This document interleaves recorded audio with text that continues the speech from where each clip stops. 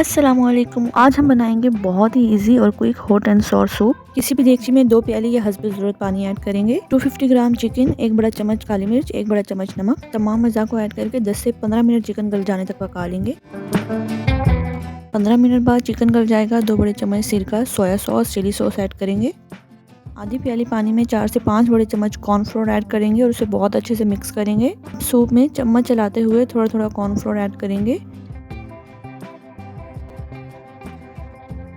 अगर आपको मज़ीद गाढ़ा सूप चाहिए तो आप मज़ीद कॉर्नफ्लोर ऐड कर सकते हैं।